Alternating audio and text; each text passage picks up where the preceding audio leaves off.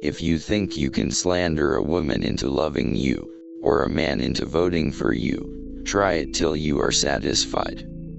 That our government should have been maintained in its original form from its establishment until now is not much to be wondered at.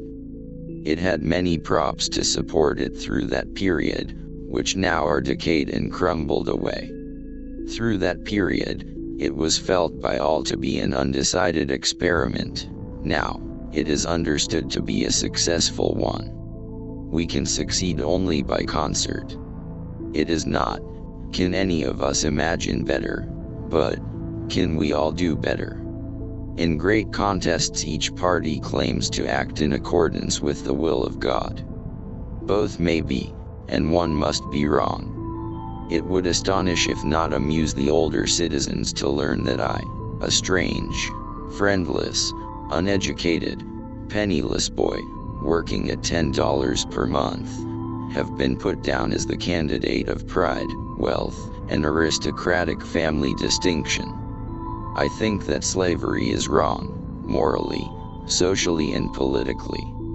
I desire that it should be no further spread in these United States, and I should not object if it should gradually terminate in the whole Union. Either the opponents of slavery will arrest the further spread of it and place it where the public mind shall rest in the belief that it is in course of ultimate extinction, or its advocates will push it forward, till it shall become alike lawful in all the states, old as well as new, north as well as south. If the people of Utah shall peacefully form a state constitution tolerating polygamy, will the democracy admit them into the Union? I am naturally anti-slavery. If slavery is not wrong, nothing is wrong. I cannot remember when I did not so think and feel. Our Declaration of Independence was held sacred by all and thought to include all, but now, to aid in making the bondage of the Negro universal and eternal, it is assailed, sneered at, construed, hawked at, and torn, till, if its framers could rise from their graves, they could not at all recognize it. Upon the subjects of which I have treated, I have spoken as I have thought.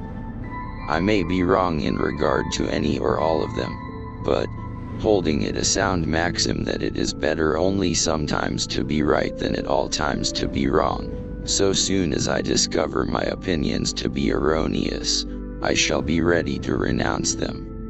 He who molds the public sentiment, makes statutes and decisions possible or impossible to make.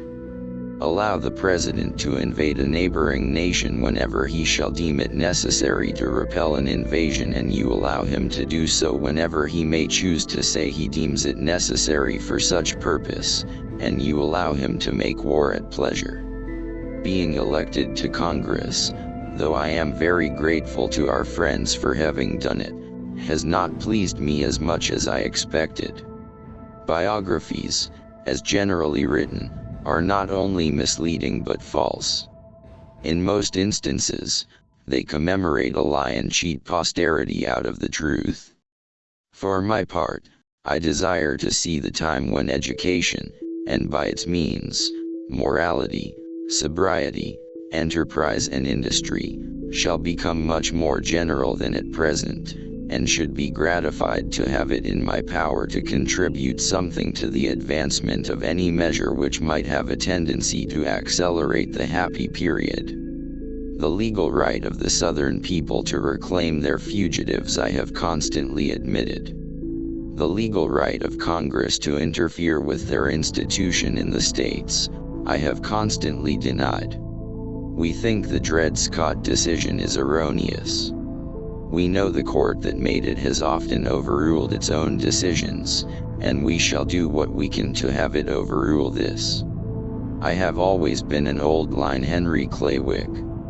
There may sometimes be ungenerous attempts to keep a young man down, and they will succeed, too, if he allows his mind to be diverted from its true channel to brood over the attempted injury.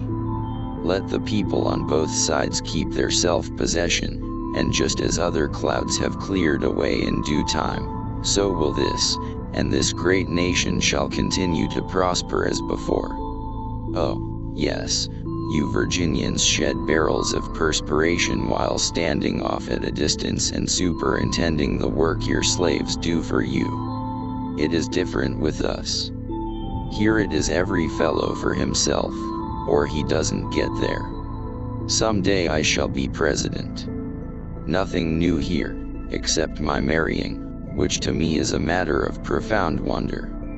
You may think it was a very little thing, and in these days it seems to me like a trifle, but it was a most important incident in my life.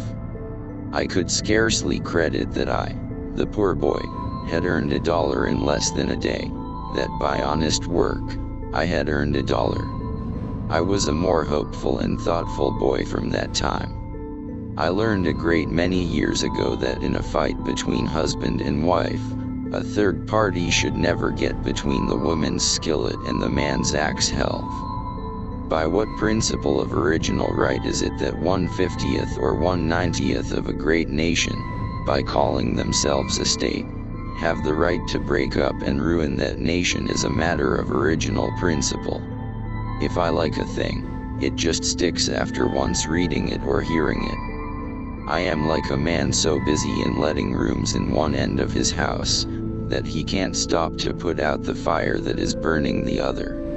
It is with your aid, as the people, that I think we shall be able to preserve, not the country, for the country will preserve itself, but the institutions of the country, those institutions which have made us free, intelligent and happy, the most free, the most intelligent, and the happiest people on the globe. I have talked with great men, and I do not see how they differ from others. Whether slavery shall go into Nebraska, or other new territories, is not a matter of exclusive concern to the people who may go there. The whole nation is interested that the best use shall be made of these territories. We want them for the homes of free white people.